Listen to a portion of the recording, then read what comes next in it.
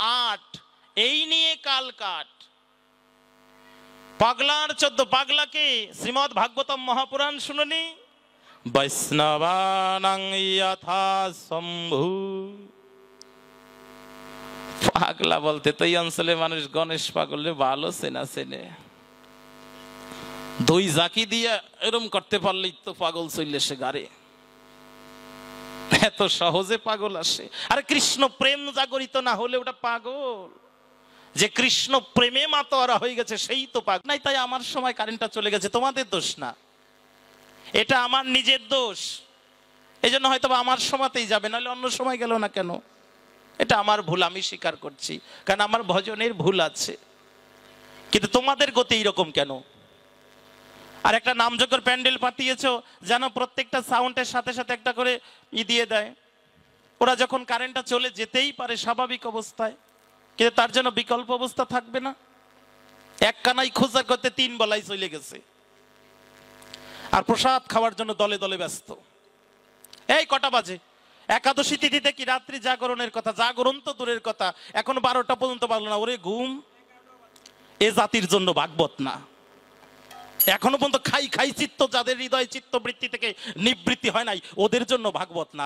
এই খাওয়া খাওয়া চিন্তা ছাগলেও করে। এখনো মানুষ হয়ে যদি এই চিন্তাটুক না যায়, আজকে এই গ্রামবাসীরাই তো একত্রিত হয়ে এত টাকা পয়সা খরচ করে এই অনুষ্ঠানটা দিচ্ছে না? একটু ধৈর্যটুকু থাকবে যে হ্যাঁ চলে গেছে, হয়তো বা আসতে পারে বা দুর্ঘটনাটা ঘটতেও পারে।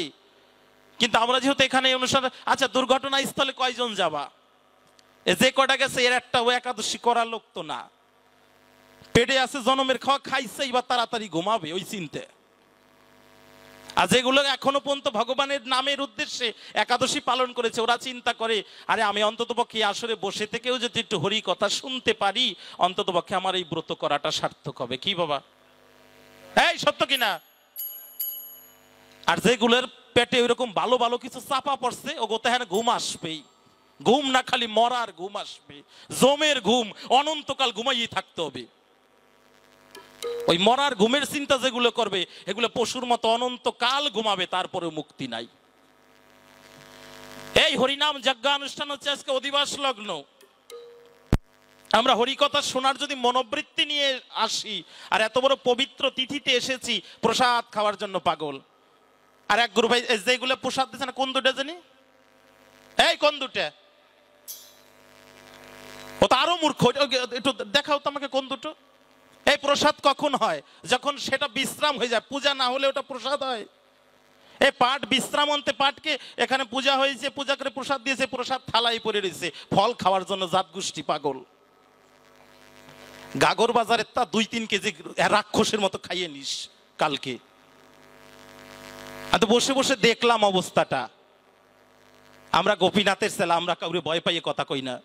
আজকে এনেছো কালকে আনবা না, তাতে কি হয়েছে? সারা বাংলাদেশ পড়ে আছে আমাদের জন্য। এক গ্রুপ একেবারে খাই খাই করে চিন্তা করে প্রসাদ দেওয়ার জন্য পাগল। প্রসাদ কি? প্রকৃষ্ট স্বাদ। হরি কথামৃত শুনলাম না, প্রসাদ নিয়ে বাড়ি যেতে হবে। কটা বেজে গেছে, আবার টাইম দেখছে। আরে পাঠকরা তো ইদানিং টাইম দেখে। এই যে এই কোটালিপাড়া এসে দেখলাম শ্রোতারাও টাইম দেখে, কতটা বাজলো, কয়টাই ঘুমাবে, কয়জনের। আরে আমার চিন্তা রে। আর এইগুলো হচ্ছে পবিত্র তিথিতে একাদশী পালনকারী ভক্ত পাইছে জীবনে কয়জন? একেবারে হৃদয় ডায়েরিতে লেখে রাখার মতো। পাগল হয়ে যায়, উন্মাদ হয়ে যায়। এই যত যদি একটা দুর্ঘটনা ঘটেই যেত, কয়জন যেতে? একজনও যেতে, এখান থেকে একজনও যেতে না। কিন্তু আজকে হই হুট্টগোল করছো।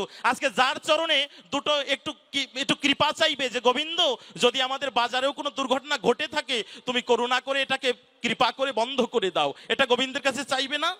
আজকে তার কাছে এসেছি না। আজকে যদি কিছু চাওয়ার হয়, কোনো দুর্ঘটনা ঘটে যায়, আমরা এখানে বসে তার জন্য একটু কৃপা চাইবো। পাগল হয়ে যাচ্ছে, উন্মাদ হয়ে যাচ্ছে। ভাগবত এইরকম, যে যার মতো চিন্তা করছে।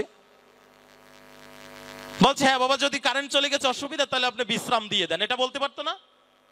সকলেই তো বলতে পারতো যে বাবা যেহেতু কারেন্ট চলে গেছে অসুবিধা হচ্ছে, তা আমরা সবাই একটু রাধা নাম করে ভাগবতটা বিশ্রাম দিয়ে দেই। এখনো বিশ্রামই হয়নি।